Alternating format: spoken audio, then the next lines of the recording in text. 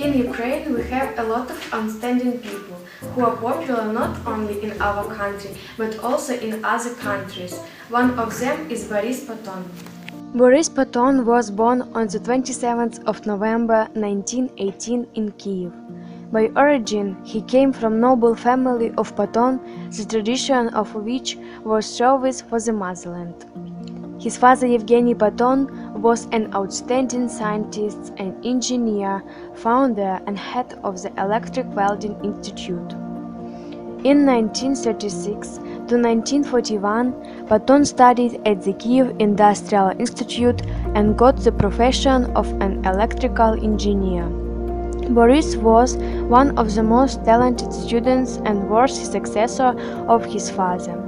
He continued and brilliantly developed the work started by Yevgeny Paton. Along with intensive work at factories, he continued the research work. In 1942, he designed a simple and reliable automatic welding machine. Later, Boris Paton carried out a number of important investigations of static properties of automatic machines for submerged arc welding. He showed that optimum characteristics are typical of the automatic machines with a constant speed of wire feed completed with power sources having a quick response voltage control. Later, this principle of control was used as a basis for design of semi-automatic machines for shielded gas welding. Boris Paton was working fruitfully on completing investigations connected with conditions of stable burning of arc and its control. In 1951, Boris Paton was elected a corresponding member of Academy of Sciences of Ukraine. Under the supervision of Paton, there were made many discoveries in the field of welding and many new technologies were designed. In 1953, after his father's death, Boris Paton was appointed the director of the Paton Electric Welding Institute of Ukrainian Academy of Sciences. Under his supervision, a lot of progress in welding science and technology was made in the 20th century. His technologies are used in many countries. Paton is still the long-term chairman of the National Academy of Sciences of Ukraine. He holds a doctoral degree in technical sciences and is known for his works in electric welding. Paton's father, Yevgeny Paton, was also famous for his works in electric welding. The first welded bridge in Kiev, constructed under the supervision of Yevgeny Paton, bears his name. In the early 1970s and 1980s, Paton had advised the Soviet authorities not to build the Chernobyl nuclear power plant. And we see now how right he was. Boris Paton deserved to be known all over the world. One more talented Ukrainian is Alexander Довженko. Alexander Довженko was born in the village of Sosnitsa, located in Chernihiv region, Ukraine. His father and mother were illiterate. Довженko studied at primary school and then in the higher elementary school.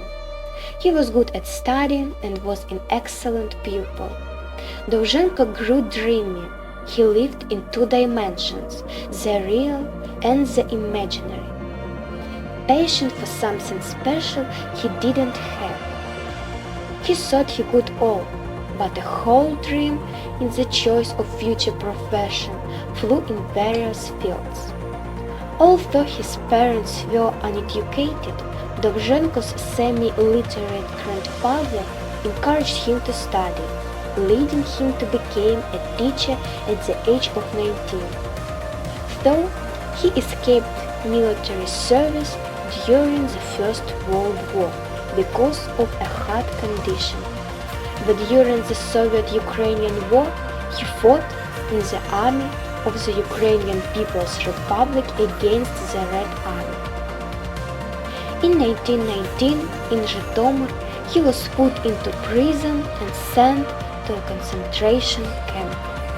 Later, He had to accept the Soviet rule in Ukraine and even served as an assistant to the ambassador in Warsaw as well as in Berlin. Upon his return to Ukraine in 1923, he began illustrating books and drawing cartoons in Kharkiv. Довженко turned to film in 1926 when he landed in Odessa. For his film short, Довженко was awarded the Stalin Prize in 1941. 8 years later, in 1949, he was awarded another Stalin Prize for his film Michurin. Довженко served as a wartime journalist for the Red Army during the Second World War.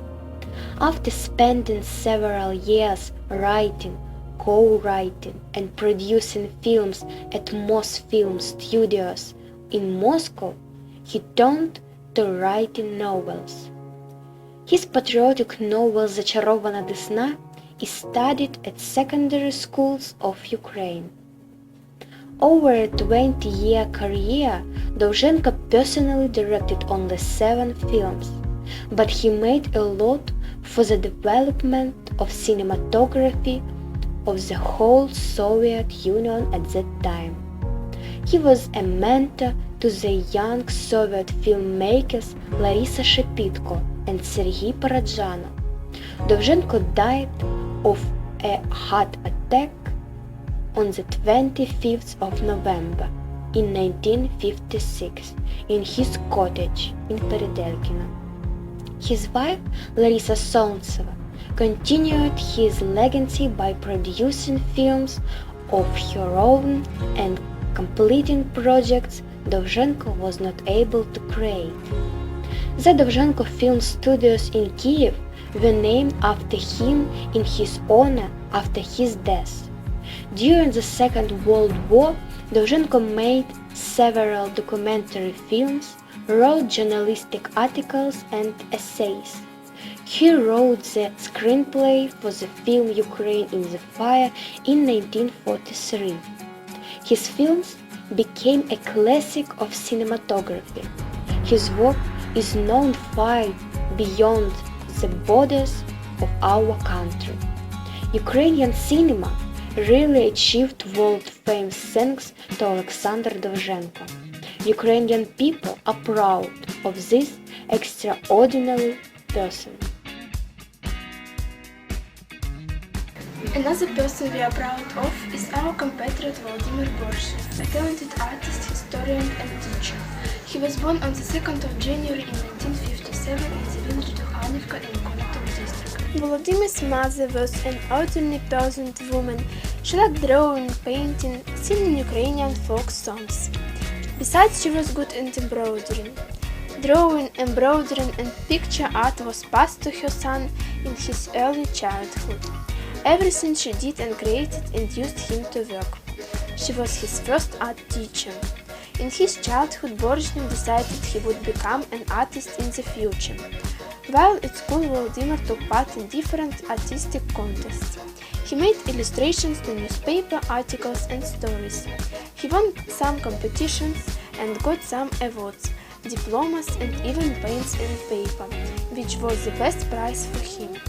When Volodymyr grew up, he really became a talented artist and he has created many artworks and his paintings are well known in Konotop, Ukraine.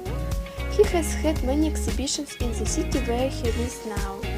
Later, Volodymyr Borishev got interested in the history of his native land and even graduated from history faculty of the Sumy State University. Now he is doing a lot of research work on the history of Konotop, makes speeches and gives lectures to students interested in history.